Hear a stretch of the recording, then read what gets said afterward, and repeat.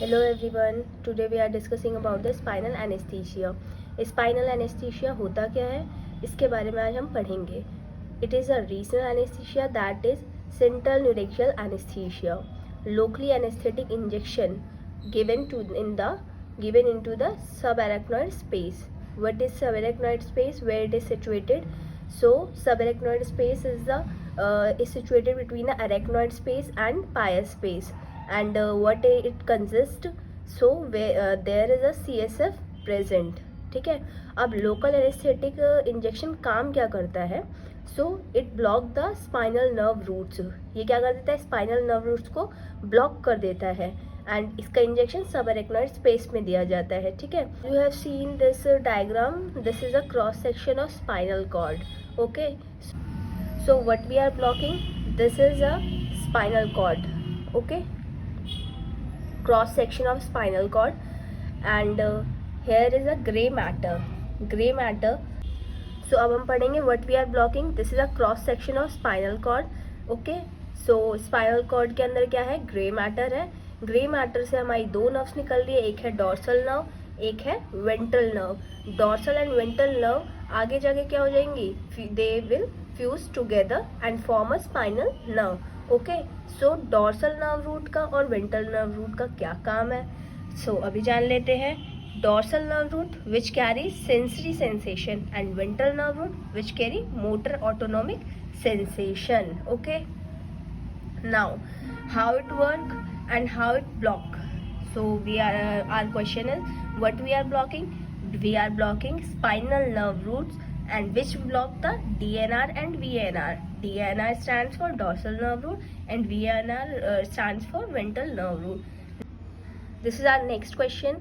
Which is the first nerve fiber which is get blocked in the spinal anesthesia?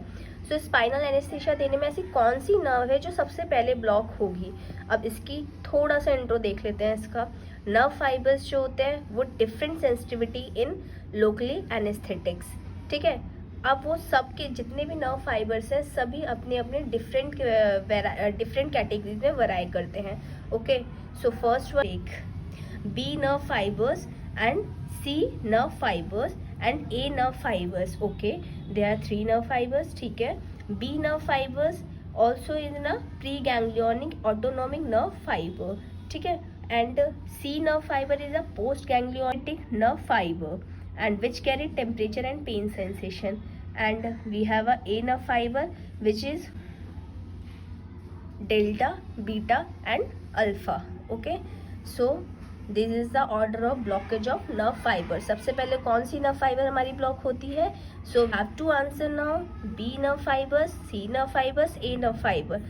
सो सबसे पहले order of blockage में देख रहे हैं आप लोग नर्व फाइबर कौन सी ब्लॉक होगी सबसे पहले. That is B nerve fibre. Okay, indication of spinal anaesthesia. So अब हमें जानना है स्पाइनल एनेस्थीसिया कहाँ दे सकते हैं और किस पोजीशन में देते हैं. तो सबसे पहले अडल्ट की बात करेंगे. तो अडल्ट के अंदर हम जो स्पाइनल एनेस्थीसिया देते हैं वो उसकी पोजीशनिंग है L3 एंड L4. ठीक है, यहाँ से हम इसको स्पाइनल एनेस्थीसिया देते हैं. नेक्स्ट आता है surgeries done below the umbilicus. lower limb surgeries, perineal surgeries, most of the urological procedure or surgery can also be used for analgesia. Next is contraindication. I hope you understand the indication. And next one is contraindication. Contraindication में सबसे पहले पढ़ेंगे हम absolute contraindication. कि सबसे पहला point क्या है इसके अंदर? First of all we are discussing about the patient refusal. If patient had denied to get the anesthesia, then we do not do this. Okay, हम देना चाहिए. Next is infection at the site of injection. अगर कोई infection है, coagulopathy है, severe hypovolaemia and severe आउटिक stenosis and mitral stenosis. Mitral stenosis और आउटिक stenosis में क्यों? क्योंकि कार्डियक आउटपुट डिक्रीज हो जाएगा. नेक्स्ट वन इज एब्सोल्यूट के बाद क्या आ जाता है? रिलेटिव. रिलेटिव में क्या आता है? सेप्सिस होता हो. अगर सेप्सिस है ऑलरेडी पेशेंट का बीपी लो होगा, इसलिए नहीं देना चाहिए. Uncooperative patient, pre existing neurological deficit, severe spinal deformities जैसे कि kyphosis, scoliosis. Spinal anaesthesia children के अंदर कब देते हैं? अभी हमने पढ़ा था indication of indication spinal anaesthesia, जिसमें अडल्ट की बात की थी, अब हम चिल्ड्रन की बात करेंगे। Spinal anaesthesia in children given at the site of L4 to L5 because spinal cord extends till upper border of L3 vertebra. Okay, and यहाँ पर एक पोजीशन है that is known as Trendelenburg position. Trendelenburg position which is like 30 degree का जैसे हम angle बनाते हैं, उस पोजीशन में पेशेंट को रखना होता है, जिसके अंदर हम क्या करेंगे, हेड डाउन करके पेशेंट को और पैर ऊपर की तरफ करके 30 डिग्री के एंगल के अकॉर्डिंग उसे लिटा देंगे। Head down is a hyperbaric solution, spreads more cephalad. Okay, next one is epidural space. Epidural space क्या है? एपिड्यूरल स्पेस का नेक्स्ट नाम है also known as extradural peridural space. ठीक है, पेरिड्यूरल ब्लॉक। ठीक है, अब इसमें आता है local anaesthesia, injection to epidural space, acts on nerve root. Okay, now here is a diagram. Okay, so जो एपिड्यूरल स्पेस के अंदर हम निडल यूज करते हैं दैट इज टॉयज निडल। ठीक है, उसका नाम क्या है? Tuohy's needle. Can be given at the thoracic and lumbar sacral region. Onset of analgesia is approx 15 to 30 minutes.